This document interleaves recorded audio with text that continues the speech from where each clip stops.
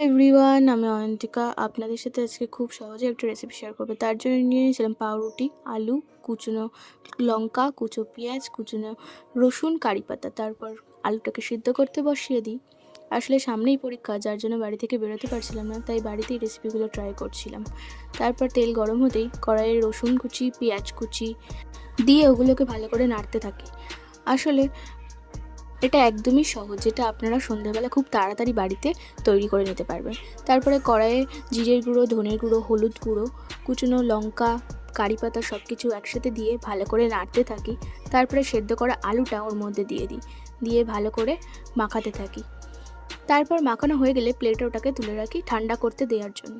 তারপরে একটা বাটিতে বেসন, একটা ডিম, গোলমরিচ গুঁড়ো, একটু নুন নিয়ে ভালো করে ফাটিয়ে ব্যাটারটা তৈরি করে নিই। তারপরে পাউরুটির মধ্যে আগে থেকে তৈরি করে রাখা আলু দিয়ে ব্যাটারে চুবিয়ে ভালো করে ভেজে নিই আর ওটা